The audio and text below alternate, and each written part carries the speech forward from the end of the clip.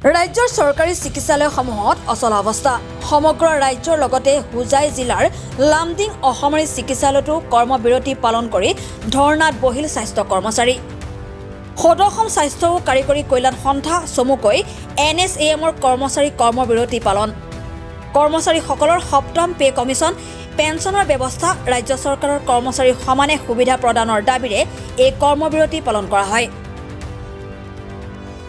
লামডিঙৰ doctor Shyama Prasad Mukherjee মহকুমা অসামৰিক চিকিৎসালয়টো আজিৰে পৰা 3 দিনলৈ সদৌ স্বাস্থ্য ও কাৰিকৰী কল্যাণ সন্থা চমুকৈ NSAMৰ কৰ্মচাৰীয়ে কৰ্মবিৰতি পালনেৰে ধৰ্ণাত বহা দেখিবলৈ পোৱা গৈছে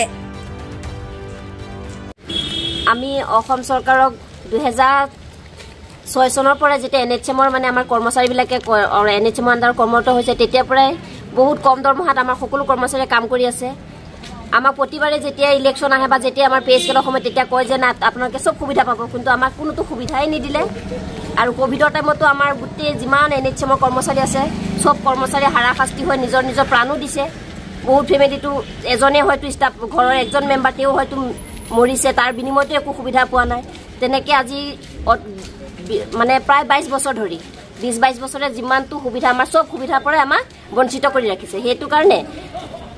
এতিয়া আমি গুটে NHM অল আসামৰ NHMৰ যিমান কৰ্মচাৰী আছে সবে প্ৰতিজ্ঞাবদ্ধ যে আমাৰ যেটো পে স্কেল এই পে স্কেলটো দিয়ক নতুবা আমাক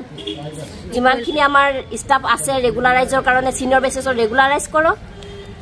আৰু 2026 যেটো 8 পে কমিছন আহিব হেতুটো আমাৰ 7 পে দিয়া নাই 8 পে আমাক কি দিব তাৰ কাৰণে আমি আজি পৰা ধৰি 3 দিনৰ কৰ্মবিৰতি আৰু এই 3 দিনৰ পিছত যদি চৰকাৰে কোনো পদক্ষেপ নলয় তেতিয়া পৰৱৰ্তী আমি আৰু হয়তো তেনেকুৱা দীৰ্ঘদিনীয়া কৰি মানে আমাৰ যেটো কৰ্মবিৰতি চলি যাব এটো আমাক জনাব আমাৰ যেটো NHMৰ সন্থা আছে অল আসামৰ বৰ্তমান আজি 4-5-6 3 দিনৰ কাৰণে আমাৰ NHMৰ কৰ্মবিৰতি চলি থাকে আমি NHM কৰ্মীবিলাকে গোটেই অসমত আমি সমন্বয় ৰাখি আজি লামডিং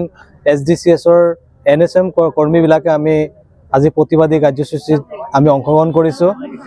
আজিৰ এই প্ৰতিবাদী আমাৰ সংস্থাৰ নিৰ্দেশ মৰ্মে অহা 6 তাৰিখলৈকে চলি থাকিব এই আমাৰ আজিৰ যে আমাৰ আন্দোলনৰ যি মুখ্য উদ্দেশ্য হৈছে আমাক সমকামৰ সমমৰ্যাদা আৰু সমধৰ্মৰ কাৰণে আমি ইয়াত বহিছো যাতে চৰকাৰে আমাৰ এই সমকামৰ সমধৰ্মহা দিয়ে আমাক যত ভাৰতবৰ্ষত 8 পে কমিছন 2026ত লাগু হ'ব কিন্তু আজিলৈকে আমি অসম চৰকাৰৰ অধীনস্থ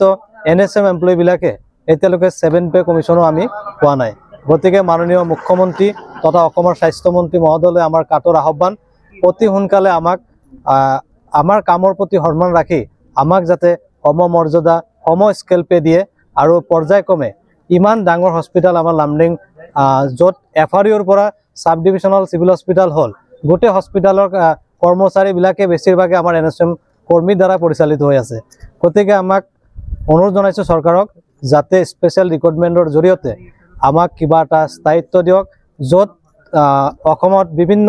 মিছনৰ কৰ্মচাৰী বিলাকক যেনেকৈ সৰ্বশিক্ষা মিছনৰ কৰ্মচাৰী ঠিকাভিত্তিক শিক্ষকসকলক নিৰ্দিষ্ট এটা ৰিক্ৰুটমেন্ট স্পেশাল ড্ৰাইভ কৰি ইহঁতৰ চাকৰি নিয়মীয়া কৰিছে আমাকো সেইভাবে NHMৰ কৰ্মীবিলাককো যাতে স্থায়ী এটা স্থায়িত্বকৰণ কৰে তাৰ বাবে মাননীয় মুখ্যমন্ত্ৰী আৰু স্বাস্থ্য মন্ত্ৰীলৈ আহ্বান জনাইছো নিউজ টেক্স ৰিপৰ্ট সুহানা লাইভ